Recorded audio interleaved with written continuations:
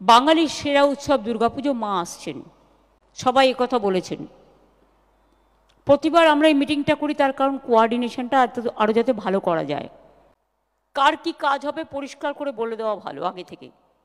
Police control room, district control room, state control room সব যেন 24x7 কাজ করে। আমিও সারা রাত জেগে পাহারা দিই, খোঁজ খবর রাখি। মেয়েদের নিরাপত্তায় যেন কোনো ঘাটতি না হয় সেটাও আমাদের নজর দিতে হবে। বয়োজ্যেষ্ঠদের, বিশেষ করে মানবিকভাবে যারা আমাদের চ্যালেঞ্জড পিপুল আছে তাদের জন্য এবং বাচ্চাদের জন্য স্পেশাল কেয়ার নেওয়ার জন্য আমি অনুরোধ করব। আগের বারের মতোই ক্লাবরা যেরকম বেশি সংখ্যক ভলেন্টিয়ার রেখেছিলেন, এবারেও যেন তার কোনো ব্যতিক্রম না হয়। ভলেন্টিয়ার্সের সংখ্যাটা আপনারা রাখবেন। এক্ষেত্রে মেয়েরা এবং পাড়ার ছোট ছোট ছেলেমেয়েরা খুব ভালো ভূমিকা পালন করে। আমি দেখেছি বড়রা বিরক্ত হয়ে যায়, ছোটরা হয় না, কিন্তু ওদের এনার্জি দুর্দান্ত।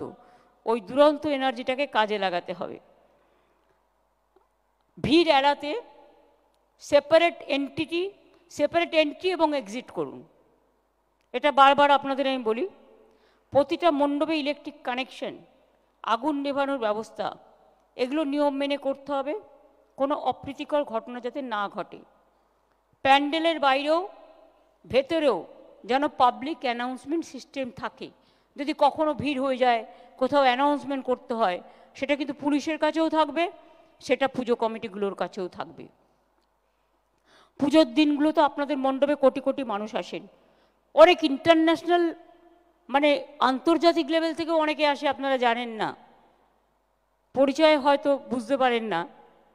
তাছাড়া সারা ভারতবর্ষ থেকেও আসে। তাদের যাতে কোনো সম্মানহানি না হয় সেটা দেখার দায়িত্ব আমাদের প্রত্যেকের। প্রাঙ্গণে রাজ্য সরকারের জনকল্যাণমূলক ও জনস্বাস্থ্য সম্পর্কিত এবং পুজো প্যান্ডেলে কে কী করবেন কে কী করবেন না সেরকম একটা গাইডলাইন্স থাকলে মানুষও সেটাকে ফলো করতে পারে। বিভিন্ন হোর্ডিং ব্যানার যেন ক্লামজি না হয় কিন্তু সুদিং হয়, সেটা দেখে নিতে হবে। দুর্গাপুজোর সময় ভিড়ের কথা মনে রেখে ট্রান্সপোর্ট ডিপার্টমেন্টকে বেশি গাড়ি চালাতে হবে। বেশি গাড়ি চালানো মানে বেশি গাড়ি নিয়ে আসা নয়, ফ্রিকোয়েন্সি বাড়াতে হবে। আমি সিএসকে বলবো, মেট্রোর সাথে কথা বলছে, যাতে ওরা ফ্রিকোয়েন্সি বাড়িয়ে মেট্রোটা সারাক্ষণ চালায় এবং বিশেষ করে লোকাল ট্রেন যেগুলো আছে, নর্থ 24 পরগনা, সাউথ 24 পরগনা, যেগুলো অ্যাডজেসেন্ট কানেক্টেড, সেগুলো যেন একটু বেশিক্ষণ পর্যন্ত চলে, যাতে লোক বাড়ি ফিরে যেতে পারে যথাসময়ে। কোনো রকম কোনো ঘটনা ঘটে গেলে হসপিটালগুলোকে অ্যালার্ট থাকতে হবে, অ্যাম্বুলেন্সগুলো রেডি করতে হবে। আমি অলরেডি এমপিল্যাড থেকে প্রায় 300 আইসিসিউ অ্যাম্বুলেন্স করে দিয়েছি, এখনও উদ্বোধন হয়নি, কিন্তু রেডি প্রায় হওয়ার মুখে। সেগুলো কাজে লাগানো যেতে পারে। তাতে এক্সরে মেশিন থেকে শুরু করে অক্সিজেন সিলিন্ডার সব কিছুই আছে। ভিকেল মুভমেন্ট, এটা অবশ্য পুলিশ খুব ভালো সামলায়, কিন্তু সামলায় বলে আমি এখনই অ্যাপ্রিসিয়েট করব না। যেটা আগে পর্যন্ত হয়েছে অফকোর্স আমি করব, এবারেও কিন্তু সেটা করতে হবে। এবং পুজো কিন্তু দেখার মরশুম এবার তাড়াতাড়ি পড়বে, তার কারণ যেহেতু বিশ্বকর্মার দিন থেকে 17 তারিখে বিশ্বকর্মা পুজো কিনা আমি জানি না, 17 সেপ্টেম্বর জেনারেলি হয়, 21 তারিখে হচ্ছে মহালয়, আর আমি তো মহালয়ের আগে থেকে পুজো উদ্বোধন করতে শুরু করি। সুতরাং রাস্তায় কিন্তু মানুষ নামতে শুরু করে। পুলিশের কাজটা আগে চতুর্থীর দিন থেকে নামতো, কিন্তু এখন পুলিশকে আগে থেকেই নামতে হয়। দেখে নিন কোন ক্লাব কি পুজো করছে, কি থিম করছে। অনেক সময় কেউ এমন এমন করে ফেলে যে স্ট্যাম্পিড হওয়ার সম্ভাবনা হয়ে যায়। ভিড় টানবেন ঠিক আছে, ভিড় টানতে গিয়ে মানুষের জীবন দিয়ে নয়। আর কিছু টিভি মিডিয়াকেও আমি রিকোয়েস্ট করব, ওর ওখানে কত ভিড় আর ওর ওখানে কত ভিড়, ভিড়ের কম্পিটিশন না করে আপনারা মানুষ দেখান, এবং যাতে কেউ কোনো স্ট্যাম্পিডের মধ্যে না পড়ে। সব পুজোই তো পুজো, শুধু ববি আর অরূপের আর সুজিতেরটা দেখাতে হবে তার কি মানে আছে? সবারটাই দেখানো উচিত, তার কারণ শুধু 4 জনের হয়ে যাচ্ছে 1 2 3 4, বাদ বাকিরা কেউ কোনো সুযোগ পায় না। এবারে নতুন করে ভাবুন, এটা আপনাদের ব্যাপার, নিজস্ব ব্যাপার, কিন্তু যাই হোক একটু ভাবুন। সবসময় সতর্ক থাকবেন। আগুন লাগার ইনসিডেন্ট প্রায় ঘটছে নিজেদের গাফিলতির জন্য। পুজোতে যেন কিছু না হয়, ভিড় থাকবে, বড় গাড়ি ঢুকতে অনেক সময় অসুবিধে হয়, বাইক মোবাইল যেটা সেটা ফায়ার ব্রিগেডের, সেটাকে সর্বত্র যাতে মানে জোন ওয়াইজ ভাগ করে রাখা হয় যাতে ইমিডিয়েট পৌঁছতে পারে, এবং অ্যাম্বুলেন্সও তাই। বিসর্জনের জায়গায় আলোর বন্দোবস্ত করা, কারণ প্রত্যেকটা জেলাতেও এখন পুজোর কার্নিভেল হয়।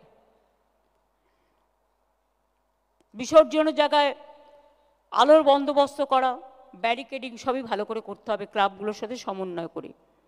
যদি কোনো এমার্জেন্সি হয় তার জন্য প্রস্তুত থাকতে হবে। ডিস্ট্রিক্টগুলোকেও, জেলা হসপিটাল, ব্লক হসপিটালগুলোকে অ্যাক্টিভেট করে ফায়ার ব্রিগেডকে, আমরা যেমন আজকে এখানে মিটিং করছি, আপনারাও জেলার লাইন ডিপার্টমেন্ট যারা যারা কানেক্টেড তাদের নিয়ে একটা মিটিং করুন, তাহলে কী হবে, কানেকশানটা হয়ে যাবে। যদি কোনো এমার্জেন্সি হয় তাদের প্রস্তুত থাকতে হবে, প্রয়োজনীয় সংখ্যক ডাক্তার, নার্স এবং অ্যাম্বুলেন্স সব যেন হাতের কাছে থাকে।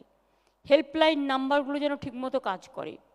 আমি সবাইকে অনুরোধ করব, আইন মেনে প্রশাসনের সাথে সহযোগিতা করুন। পুজো সংগঠকদের সাহায্য ছাড়া এই কাজটা কিছুতেই হতে পারে না, কারণ আপনারা আমাদের সবচেয়ে বেশি বড় হেল্পলাইন, এছাড়া অন্য কোনো স্থানীয় মানুষ ছাড়া এটা কখনো হয় না।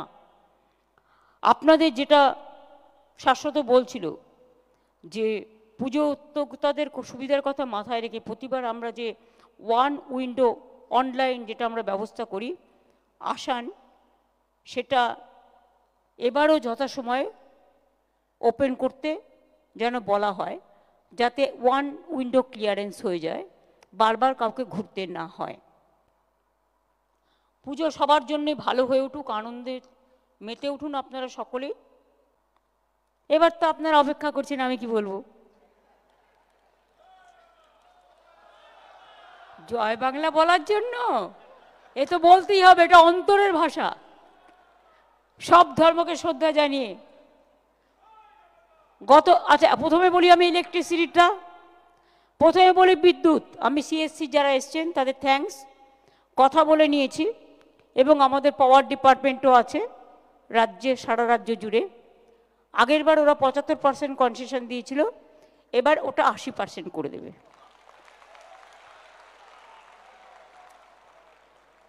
ফায়ার লাইসেন্স সহ সমস্ত সরকারি ফি মকুব করে দেওয়া হলো। এবার কত?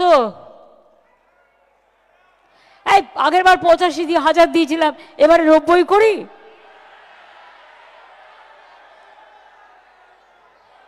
আচ্ছা দেখি কোন কারা কি চায়। 90, 95, 1, ওকে 1,10,000।